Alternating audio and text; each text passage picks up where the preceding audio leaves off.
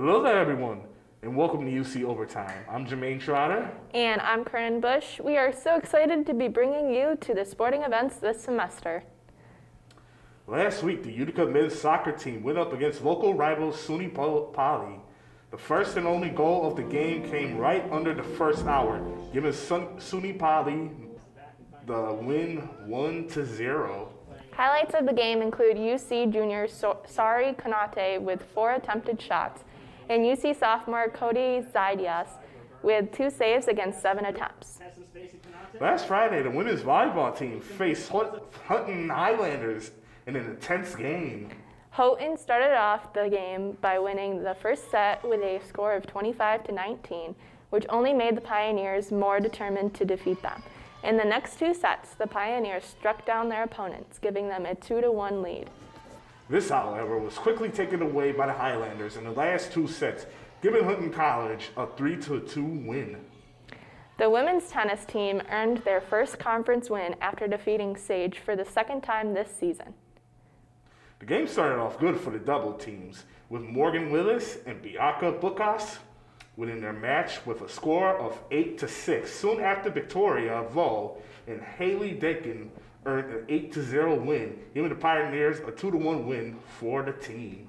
Meanwhile, in singles, Morgan Willis, Victoria Vo, and Haley Decken took the lead for the women's tennis team and earned UC an overall score of 5-4, winning against Sage. Go show support for the women's tennis team tonight at 4 p.m. as they go head-to-head against Oswego State. To close out the homecoming weekend of sports, the Russell Sage Gators took on Pioneers Field hockey team Saturday evening. UC netted the first quick goal, taking the lead just over 1 minute into the first quarter. Closing out this quarter was Madeline Crocillo netting another goal with 38 seconds left in the first quarter. As the game progressed, Utica didn't slow down. Lexi Scacia gained her first goal of the season, the 5th for Utica, Russell Sage still at 0. To wrap up the game with just 6 minutes left, Sydney Scacia brought in the final score, making it 8-0 for a Pioneers win. This game added another win for Utica's Empire 8 conference lead with an undefeated run of 3-0. The Utica College women's soccer team was handed a tough loss at home last night as they were defeated by a score of 4-0 against RPI. The game was close through the first 45 minutes as the teams left the field scoreless at half. The second half was different story, however, as RPI came out firing on all cylinders. RPI ended up finding the back of the net 4 times out of their 14 second half shots. UC was unfortunately not able to find a rhythm during the match as they were only able to put 4 shots on goal throughout the entire match. UC drops to 5-2 on the season. They will look to bounce back at home this weekend as they are set to face off against Alfred at 3 p.m. this Saturday. What an exciting weekend for the UC football team as they hosted top-ranked Union in a packed house. Halfway through the first quarter, Union would strike first as quarterback William Balanami would throw a 20-yard pass to receiver Andre Ross Jr., which put Union up 7-0. Union would then score again with 5:45 left in the first, throwing a 44-yard pass to expand the lead to Union 14-0. Despite the struggling offense, things would start to pick up for the Pioneers with a 30-yard field goal by Makai Medici to close the gap by 3. Second quarter of play, Utica gets another field goal. This time for 42 yards, Pioneers still trail 14-6. Final minutes of the second quarter, the Pioneers could not convert on third down, settling for another field goal, making the score 14-9 at halftime. Despite the defensive third quarter, the ship would sink for the Pioneers in the fourth. Union would take over the game with a 14-yard pass, expanding the lead 21-9. Union would get another touchdown to further their lead, but miss the extra point. Closing moments of the fourth quarter, Union's offense will continue to dominate with a field goal to make the final score 30-9. Union moves to 4-0 on the season. As for the Pioneers, they fall 3-1 after the game. We asked Coach Fragine some questions about how the team will rebuild after the loss. Disappointing loss. but what can you take out of this?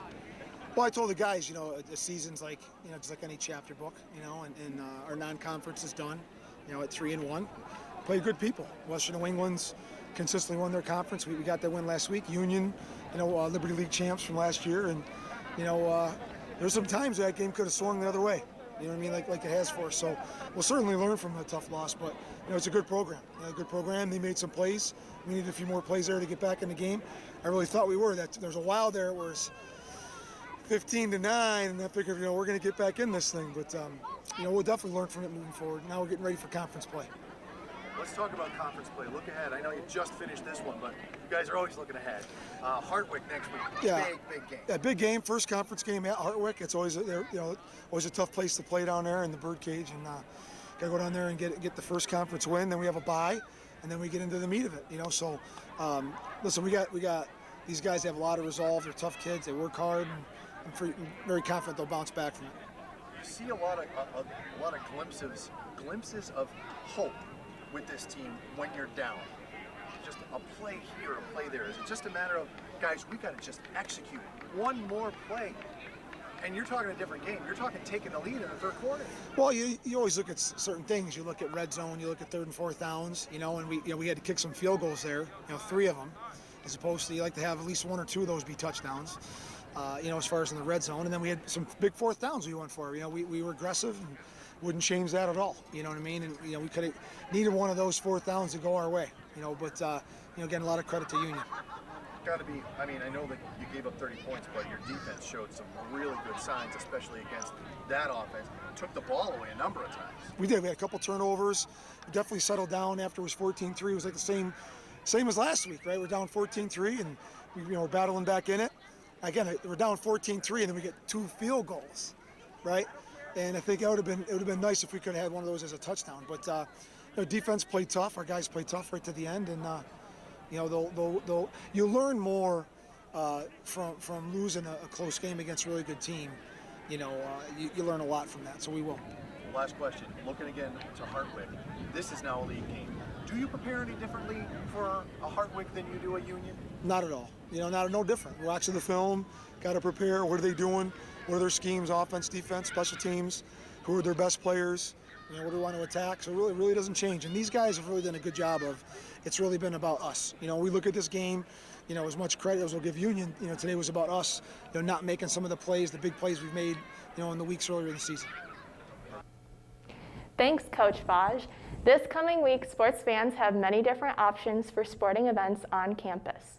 Tonight, the women's field hockey team will be facing Oswego at 7 p.m. in Gaetano Stadium. Can you believe Friday is October 1st? Kick off the new month by supporting the women's volleyball team Friday night at 7. It's the Pioneers against the Casanova Wildcats. Saturday is soccer day. The men's soccer team will kick off the day at noon against Elmira's Soaring Eagles. Women's soccer follows right after, facing the Alfred Saxons.